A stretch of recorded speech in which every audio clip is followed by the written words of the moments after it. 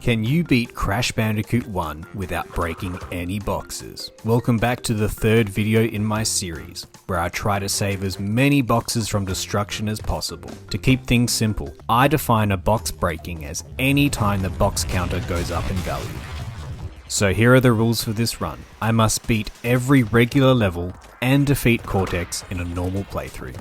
This means that the secret key levels and the Stormy Ascent DLC level are not required. Secondly, if I accidentally destroy a box that's avoidable, I'm just gonna retry. Thirdly, you can use any masks the game gives you from dying repeatedly. And finally, because bonus levels require boxes to be broken to access, I'm not gonna use any bonus levels as checkpoints. This means if I die, I'll have to restart the level from scratch. Just a quick disclaimer about this run, I'm playing on the N-Sane trilogy on Xbox. There might be some mechanics or glitches that worked on the PlayStation 1 version, but they probably won't work on this one. And secondly, this is a blind challenge run. I have not watched anyone else attempt this, so feel free to let me know in case I miss something. With that out of the way, let's begin. Our first level was Nsanity Beach. Being the first level, it was very easy to navigate. Up ahead was a wall of boxes, but Crash can jump 2 boxes high in this game, so I cleared it with ease. I crossed the walkway of boxes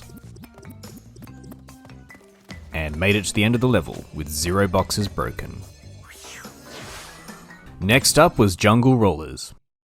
Up ahead was another wall of boxes, but this time it was stacked 3 high. I tried jumping over the boxes with no success. I did a spin at the top of my jump, breaking 2 boxes, but kept bumping my head on the doorframe, so I couldn't make the jump over without the slaughter of 4 boxes. Eventually, I was able to break only 2 boxes and then jump over the bottom box. And the level was finished with only 2 boxes destroyed. Up next was the Great Gate. This is the first level that really caused me some pain with boxes. On the first floor, there were 4 boxes awkwardly placed. I tried jumping through the gap, but there were 2 casualties. I tried again, but a different jump produced worse results, so 2 boxes was the best I could do. Further ahead, there was a column of 3 boxes. I tried to walk around this column, but it was awkwardly placed in the middle and I couldn't get through. I accepted my fate and did what needed to be done. I dodged some boxes with careful jumping, but up ahead was another column of 3 boxes. Another casualty for the list. Further on, there were some annoyingly placed boxes, and my fat fingers caused 2 more boxes to break. I finished this level with 6 casualties in total, but I wasn't happy. I had to retry. I did some experimenting with the first set of boxes in the level. Was there some better way to get past without breaking boxes? And then it happened. Turns out, if you angle Crash on a 45-degree angle facing the foreground and you mash the jump button, you can just squeeze past the column. This was a game changer. This worked on both triple columns up ahead.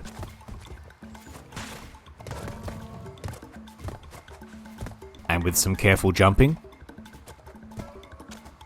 I made it to the end. Great Gate was conquered with 0 boxes. Up next was Boulders. It was our first boulder chase sequence, and before long our first casualty happened. And then 2 more. And then another 2. We ended the level with 5 unavoidable box casualties thanks to the boulder. It was time to swim upstream. The box placement on this level was quite nice, and it was easy to avoid most boxes. I had to carefully avoid a few enemies, but I made it to the end with 0 boxes. It was time for our first boss fight against Papu. I misjudged when I could attack, and I died quickly. But after bumping him 5 times on the noggin, he was dead and we could move on.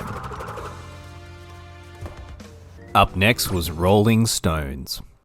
The level started with a 3-stack high wall of boxes, but luckily you can just walk around them. The rest of the level was very tame box-wise. It was mainly just lots of platforming, and after a few more jumps, we were at the end, 0 boxes. Next up was Hog Wild, our first auto-scroller. In this level, you ride a hog, and all you can do is move left, move right, and jump. It was easy to avoid all the boxes, and after a short ride, 0 boxes were harmed. Up next is Native Fortress, and it was a pain in the butt. This level is similar to the Great Gate, but it's just longer and the boxes and enemies are put in more evil places. There was another column of boxes, but sadly, there's a small gap in front of the wooden boards that acts as an invisible wall. You cannot use the 45-degree strat to get past this set of boxes. So, I had to break a box to get through. Up ahead was an even bigger stack of boxes on top of TNT. And again, the 45-degree strat won't work because of the invisible wall. I broke the boxes in the worst way possible and ended up destroying the entire tower. I was able to go back, and I was able to save one box by choosing a better sequence of destruction on the tower.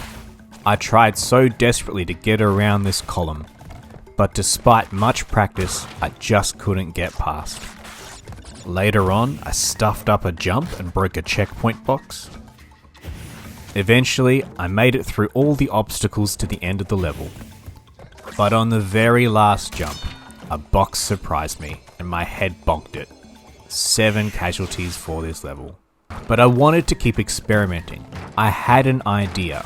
What if I could use the iframes from Aku Aku to stand on the pillar? My plan worked. I could save one box from destruction by using the mask. But it gets better. By walking on a 45-degree angle and spinning the TNT crate, the mask takes the hit. And using the iframes and jumping, I can sneak under the column of boxes with only breaking 2 of them. From here, I just needed to play perfectly and not die. I was sweating profusely, as I had died so many times playing this level. I sacrificed the mask to survive the triple burners, and then avoided that hidden box at the end. Native Fortress was done with only 2 boxes lost. Next up was Up the Creek. This level is similar to Upstream, but there's a few annoyingly placed boxes. The first box was right near a slope, and I misjudged my jump and broke the box. Up ahead was a similar scenario.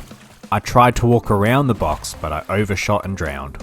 Eventually, I used the D-pad just to shimmy around both boxes, avoiding any casualties. And after a few more hops, the level was done. 0 boxes. Our next boss fight was Ripperoo. Now to beat him, you need to jump on 3 giant TNT boxes at the right time. But before you ask, these are not normal boxes in a level, so we're not going to count any of them towards our counter. With one final explosion, he was finished. It was time to explore the Lost City. The boxes in this level were quite easy to avoid, but the real challenge was just the placement of enemies. There were multiple platforming sections. Patience was needed for some of the obstacles ahead, but I got through the level with 0 boxes. Next up was Temple Ruins. Now the biggest lesson I learned in this level was not to spin enemies. I learned from my mistake. I bounced on every enemy I saw, but it was quite a straightforward and tame level. 0 boxes. It was time to relive my childhood trauma as I completed the road to nowhere. I was able to get around this triple stack of boxes by first jumping on the rope and then jumping over the crates. Most of the boxes in this level are very easy to avoid. The only issue is just all the little perfect jumps you have to do to get to the end. I kept making silly mistakes. Eventually, I figured out you can just jump around the boxes at the start. Apart from many deaths I've skipped over, the rest of this level just involves precise jumping. But eventually I made it to the end, and no boxes were harmed. Up next was Boulder Dash. This is another boulder chase level. It went exactly as expected. There were more casualties, and by the end of the level, 7 good soldiers lost their lives to the boulder. Up next was Sunset Vista. This is essentially the Lost City Part 2. It's just harder and much longer. I took my time on any moving platform. There were some more platforms. Even more platforms. Did I mention that there were platforms? But I died and I had to do it all again. This level was straight up bullying me.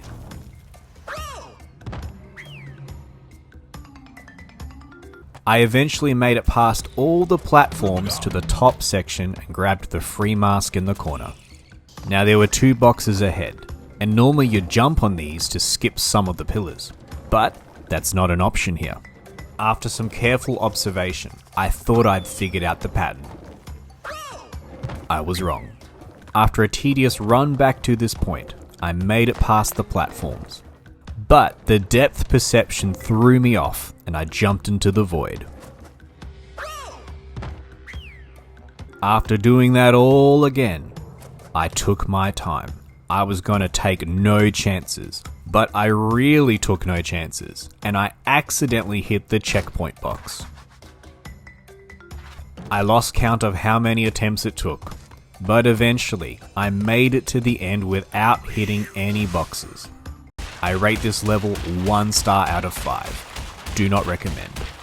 Up next was Koala Kong. After a few well-timed spins, he was beaten and I could move on. Up next was Heavy Machinery. This is our first industrial level, where you must navigate your way through a gauntlet of obstacles. I grabbed the free mask, and then used it straight away to damage boost over the column of boxes. There were some awkwardly placed boxes on a conveyor belt, but you can just walk past them by hugging the foreground. There was a box up ahead that I thought would be tricky to skip without a mask. But it turns out if you just hug the background you can sneak right past it. I bounced my way to the end, and 0 boxes were broken. Up next was Cortex Power. Now this level is interesting because it has branching pathways. I found the correct path and I jumped over some toxic waste, being careful to avoid hitting the checkpoint. I eventually made it to the end of the level, but the walkway was missing. I would have to break boxes to cross over. So I went searching for the missing switch. Eventually, I found the henchman guarding the switch, and I was able to walk over the line of crates, with 0 boxes being broken. Next up was Generator Room. This level is a series of floating platforms with just a few enemies scattered around. I tried to skip a portion of the level by jumping to a distant platform, but there was an invisible wall. I tried to skip a chunk of the level again by jumping down to a lower level, but there was a death barrier. Eventually there was a wall of boxes. I wanted to do some experimenting, so I broke a checkpoint and practiced getting around this wall.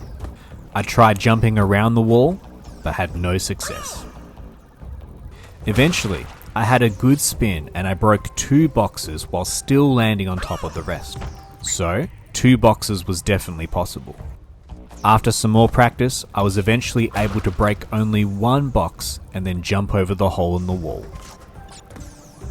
And after some careful jumps, I finished the level with only 1 box casualty.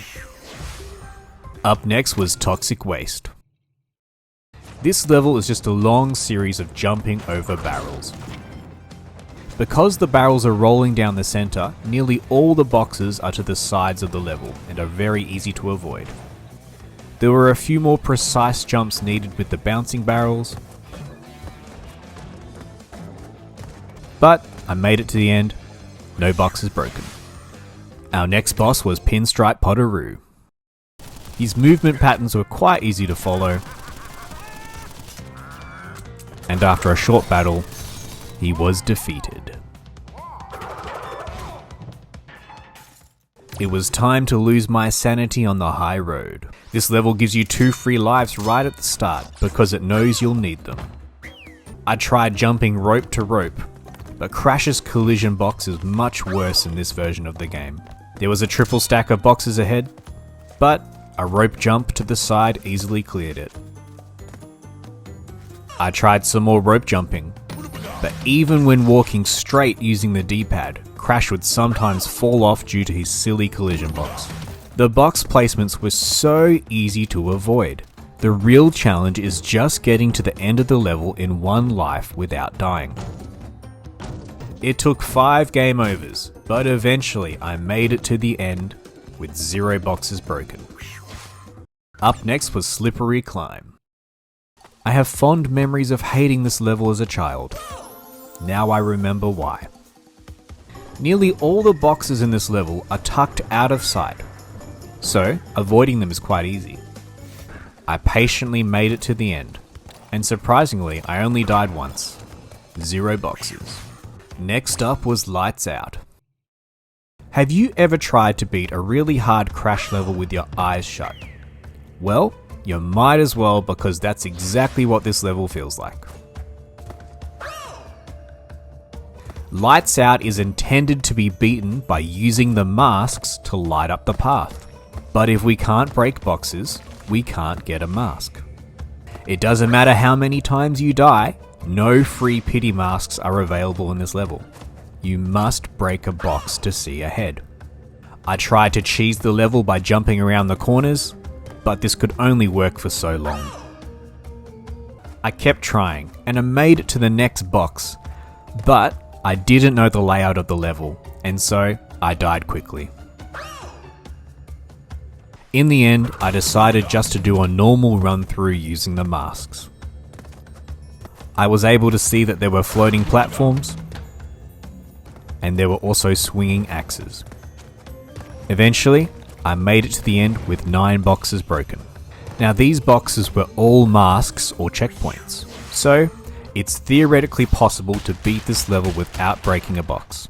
So, let's just skip ahead and we'll move on to the next level. Just kidding. I know you wouldn't let me get away with that. You want me to suffer. So, I did. I tried to recreate what I did in the previous run by timing my jumps. I kept going, trying to use the walls as platforms, but it was just too hard. Was there something I could do to make this easier?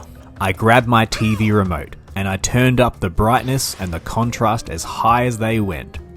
What you're now seeing is pretty much what it looked like on my TV. You can just barely make out the silhouettes of what's coming up ahead. But it was something, and I persisted with this strategy. Even if it meant me literally standing 30 centimeters in front of the TV just to see the next platform. Towards the end of the level, there's a single mask just sitting on the floor that doesn't need a box to be broken. But I lost it shortly after. After a stressful ordeal with many reattempts, I had made it through. Lights Out was complete with 0 boxes. My retinas might be fried, but no boxes were broken. Next up was Jaws of Darkness. This was another Temple Ruins level, and it wasn't too bad. Almost all boxes were completely avoidable. Despite the level having a huge box count, most of these boxes are hidden in bonus levels, so it's nearly impossible to accidentally break a box. After many perilous jumps, I made it to the end, and 0 boxes were harmed. Next up was Castle Machinery. This level likes to tease you. The exit is right in front of you from the beginning, but I can't get there because the green gem is not an option in this run. So I'll have to fall down and battle my way through. There were quite a few platform sections where you are constantly avoiding being burnt to death. There were 2 rows of boxes that look scary at first, but you can easily jump through them without breaking any. But right down below, there's a huge section of boxes. I did the best run-up jump I could, but 2 boxes had to be broken. I made it through the rest of the level with only 2 box casualties, but I wasn't happy. Could I cross this pit of boxes? I tried again, and it was still 2 boxes. I tried again, but it just got worse. But I had a crazy idea. In the section above these boxes, could you jump through the hot pipes and skip the boxes? My first attempt without a mask did not end well. Neither did the second attempt. But eventually, this happened. I had just skipped the box section altogether. After some more practice, I was able to do it again. Here is a better angle of what we just skipped. From here, I made it to the end of the level with 0 boxes to my name. I was so proud of myself. Our next boss fight was Brio. The fight started badly. Eventually, he transforms into the Hulk. But a bad hitbox caused me to die. Eventually, I got 3 perfect headshots and the fight was over, and I could move on. Next up was the lab. The lab has many switches throughout the level that need to be hit to move forward. But in this particular room, I just couldn't see the switch. Where was it? Eventually, I discovered that it was hidden under a pile of boxes, so I spun the switch and I moved on. After dying, I was able to retry, and I activated this switch by destroying only 1 box this time. Up ahead I had a similar situation, but this time it was TNT. Now I can't spin the TNT, so sadly all TNT boxes had to die just so I could hit the switch. I skipped the boxes in the final section, and I finished the lab with 5 unavoidable boxes. But were these boxes truly unavoidable? Now Crash spins in a circle, but could I get the very tip of his spin to hit the switch and not the boxes? After some tiptoeing, it worked. I was gonna go and test this on the TNT crates, but a scientist sniped me with a flask. But I made it back, and sure enough, with just the right spot, you can hit the switch without hitting the TNT. I made it to the end, and this time I had 0 boxes, baby. Up next was the Great Hall. Every OG Crash player knows this is the hardest level in the game. I had 8 game overs on this level alone, but I managed to scrape through with 0 boxes. It was time for the final fight with Cortex. The fight started off rusty, but in the end, I was victorious.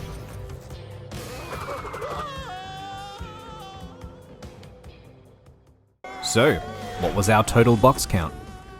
In the end, there were 5 levels that I could not get past without breaking boxes, but I was able to get this number down to only 17 boxes. I was curious though. There are 2 secret levels that needed keys to unlock, and these keys require a lot of boxes to be broken to get. Can you beat those levels without breaking boxes? I went back to Sunset Vista, I collected all the Cortex tokens, got the key, and then I was able to attempt our first secret level, Whole Hog. This was just another auto-scroller on the hog. There were a few boxes that I awkwardly hit, but with some precise jumping, I made it to the end of the level with 0 boxes. I entered Jaws of Darkness again for the other key. Got the key. And now I could explore fumbling in the dark. This level is just a much harder version of Lights Out. The platforming was similar, but so much more evil. Look at all the small jumps and crazy paths you'd have to do to complete this level.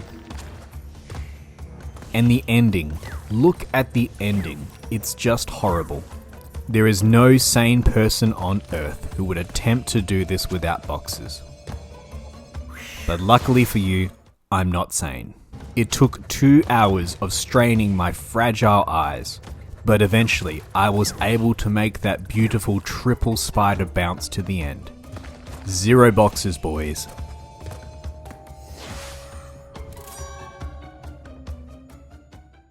So, can you beat Crash Bandicoot without breaking any boxes? Sadly no, but you can get away with only 17 casualties.